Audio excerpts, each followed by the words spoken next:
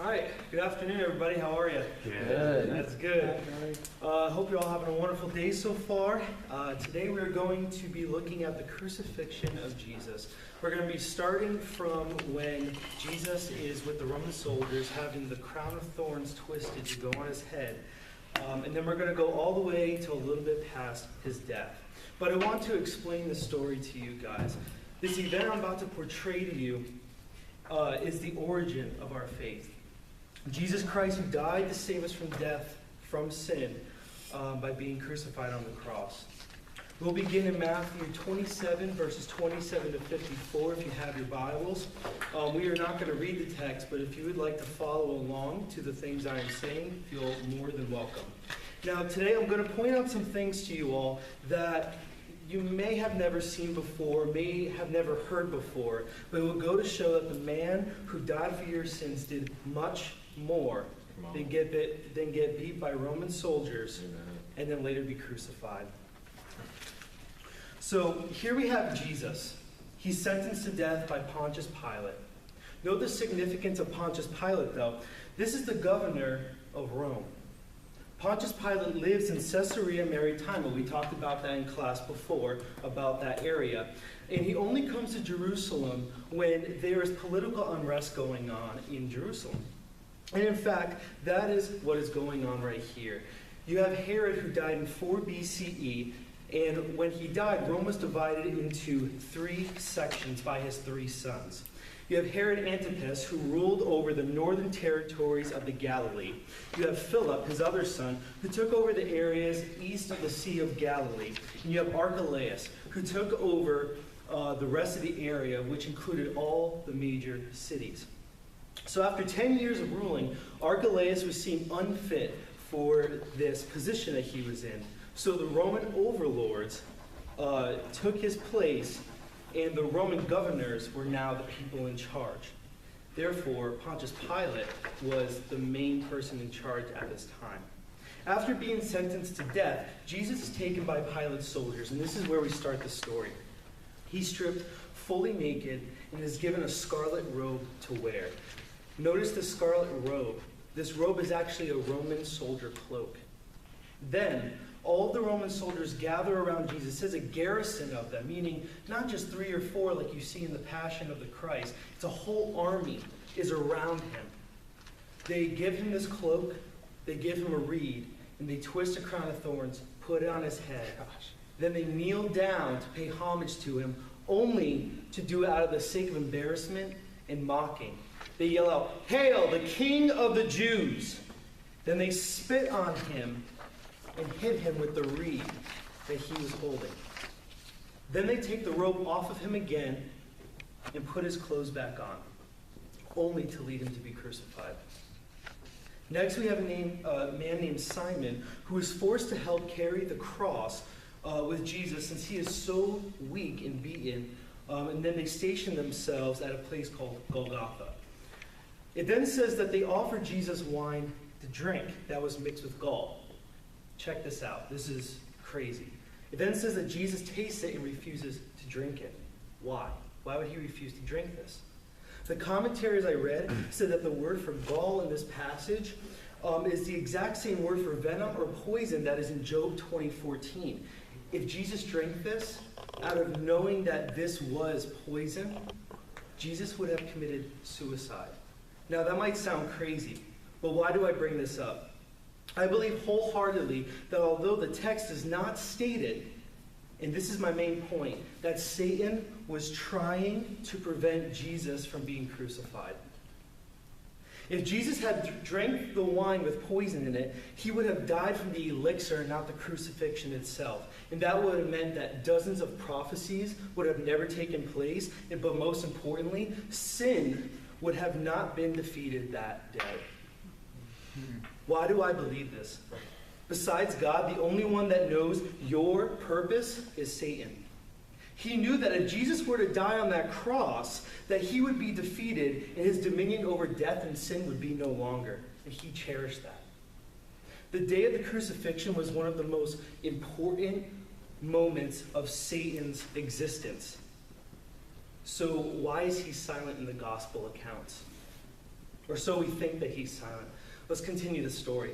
Now Jesus is stripped naked and is hung on the cross. It says that a charge is placed above his head, which says, "This is Jesus, King of the Jews." This is highly significant. One thing we must realize is that Jesus not only suffered physically, but even more so mentally and emotionally. Jesus was stripped naked. He was wrapped in a Roman cloak. He was given a crown of thorns instead of a crown of glory, and a reed instead of a staff, only to be bowed down out of the sake of embarrassment to him, and then stripped naked again, and a whole Roman army spits on him and beats him with a reed. Then he is hung on a cross naked, while being yet still mocked. Sorry, but with all this going on, if this was me in this situation, I would have drank that wine with gall in it. But Jesus doesn't. Even worse, this sign makes it even more embarrassing. This charge written above his head never is placed above the head of somebody who's being crucified. When someone is being led to be crucified, it is a slate that is hung around their neck, or somebody next to them who has the sign. The reason for this, it has every account they are guilty of to be deserving of such an embarrassing death. In Deuteronomy 21, 22 to 23, it states exactly why this is such an embarrassing death or execution to have. It says, "If someone guilty of a capital offense is put to death and their body is exposed on a pole or cross, meaning you must not leave the body hanging on the pole overnight.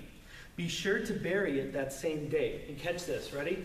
"Because anyone who is hung on a pole is under God's curse.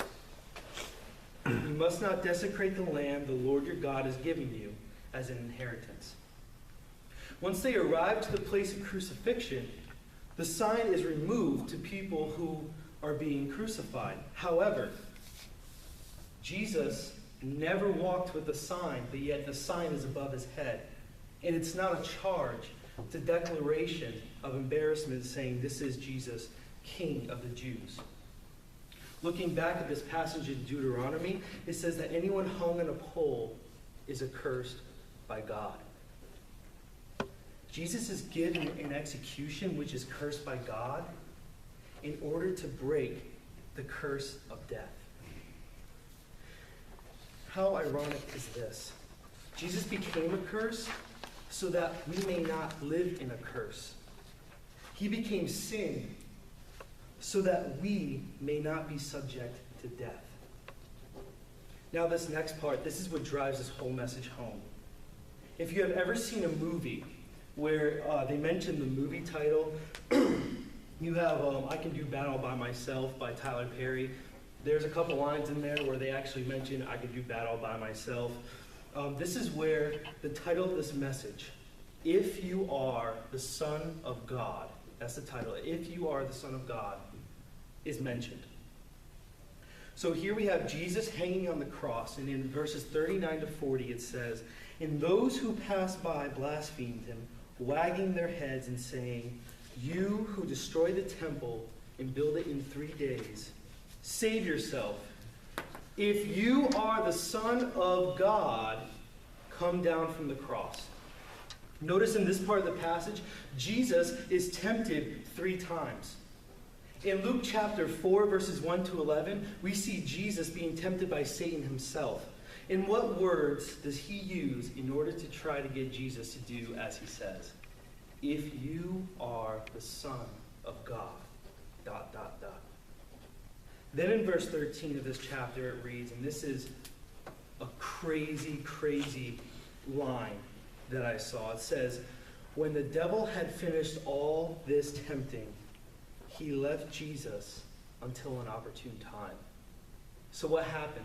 I looked through the rest of the book of Luke. I read through the rest of it, and guess what? Never in there does it have Satan tempting Jesus. Even more so, it never has a moment where Satan could have, had that tempting spirit. You look in Matthew 26:39, it says, "My Father, if it be possible, Let this cup pass from me. Nevertheless, not as I will, but as you will. This is Jesus in the Garden of Gethsemane. And he's praying to God this. Jesus wished, if God allowed, that the whole suffering and crucifixion thing would not have to be the route that he would have to go to fulfill this law. Dr. Joe Davis says that in order for someone to be tempted, the offer must be tempting. If this is true, saving himself, as he had the power to do so, seemed like an enticing route. In Luke 23:35-39, it reads, "The people stood watching, and the rulers even sneered at him. They said, 'He saved others, let him save himself if he's God's Messiah, the chosen one.' The soldiers also came up and mocked him. They offered him wine vinegar and said, 'If you are the king of the Jews, save yourself.' There was a written notice above him which read, 'This is Jesus, King of the Jews.' And one of the criminals who hung there hurled insults at him. 'Aren't you the Messiah? Save yourself.'" Notice who is saying this. At first it says, the crowds around him say it. Then you have the Roman soldiers who are saying it. Now you have all that's left of the people that are around Jesus are the two thieves next to him. And in Matthew it says that both of them said, "If you are the Son of God, save yourself and us." Every single person around Jesus is telling him, with the same implication, if you are the Son of God, save yourself. Now, I don't know about you, but me, when I was in high school, if a whole cafeteria was around me telling me to do something, I would do it. For instance, I had a dried ghost chili pepper that was about this big. Somebody told me, "Hey, go and eat this." Then 3 people said, "Go and eat this." Then the whole cafeteria ganged up. And what happened? I was like, "Okay, I'm going to do it." So I ate it. Okay? Now, that was just a thing that was very stupid of me to do because my tongue was on fire for like an hour afterwards. But this is a life or death situation for Jesus. Wouldn't you think that it would be more enticing for Jesus to actually want to go through with this? Now, the embarrassment continues even with Jesus' final words. The people mishear Jesus and think that he is yelling out to Elijah. They think that Elijah is going to save him. He's crying out to him in order for him to save him. And now the people, because they think that he said this, because he said, I'm going to butcher this, Eli, Eli, lema sabachthani, they begin to mock him until his very last breath. Go have Elijah save you. Come on, where's Elijah? That's what they're doing. And once Jesus dies, it says the earth shook, the clouds got dark, and the temple veil was torn. And then the famous words from the Roman soldiers, not just the centurion, the Roman soldiers, who were mocking him minutes before. All this happened over a minute span, okay? Surely he was the Son of God, they say. Seems as if something changed their mind. In Colossians 2:13-15 it reads, "When you were dead in your sins and in the uncircumcision of your flesh, God made you alive with Christ. He forgave us all our sins, having canceled the charge of our legal indebtedness, which stood against us and condemned us. He has taken it away." Check this out. "Nailing it to the cross. And having disarmed the powers and authorities, he made a public spectacle of them, triumphing over them by the cross." He's not just talking about the Romans that he is triumphing over, these powers and authorities. He's talking about the power of death, the power of sin, the authority of death, the authority of sin. Sin and death died that day by the nails of the cross. Satan and his long-lasting temptation towards Jesus, his mental torture to him, is no longer. Once Jesus died, Satan's powers went away as the men who were just jeering at the King of the Jews now proclaimed that he really was. Jesus gave a sacrifice that was more than we could ever imagine. Not only did he suffer physically, but he also suffered mentally. He was embarrassed, he was mocked, and he was tempted by Satan himself. in the moments to lead right before his crucifixion. To think that Jesus will go through all of this, every single bit of this, just to save someone like me and someone like you. So you may ask, what can I take from this message besides the reiterance of the amazing sacrifice Jesus had for us? There are three things we can get from this message. When you are following God's plan for your life, this is the first one. Satan is in the front row watching, trying to make you mess up. With Jesus, Satan was right there trying to make him be tempted. Hey, come on, you're the Son of God, save yourself, come on.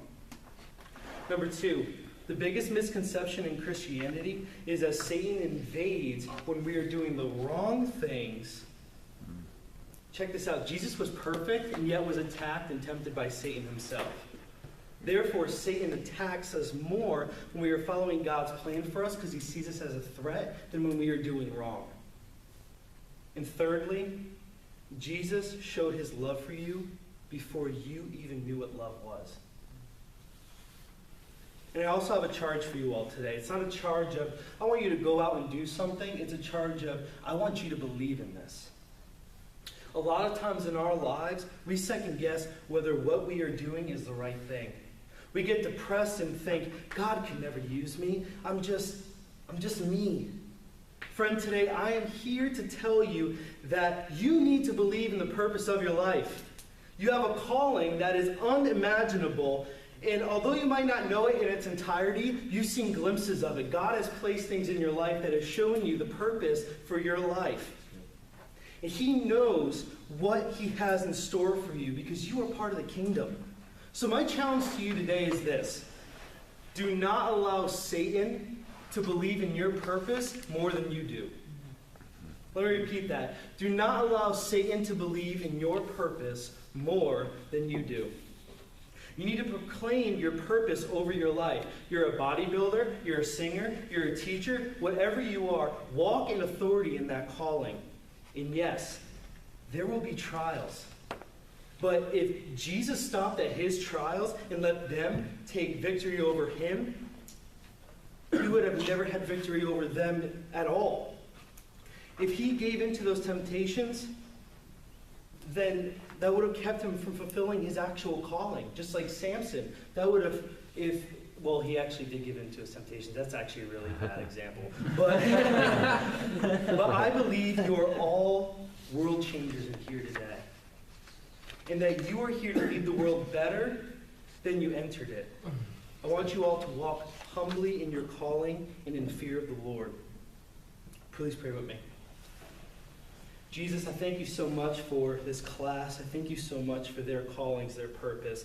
But most importantly, I thank you for you giving your Son to die on the cross for us, to give us life, to sacrifice himself just to save us. I love you, Lord, and I thank you for your sacrifice. I thank you for everything that you had to go through while you were getting prepared for the cross and while you were on the cross. We thank you and we love you in your name. Amen. Amen. Amen.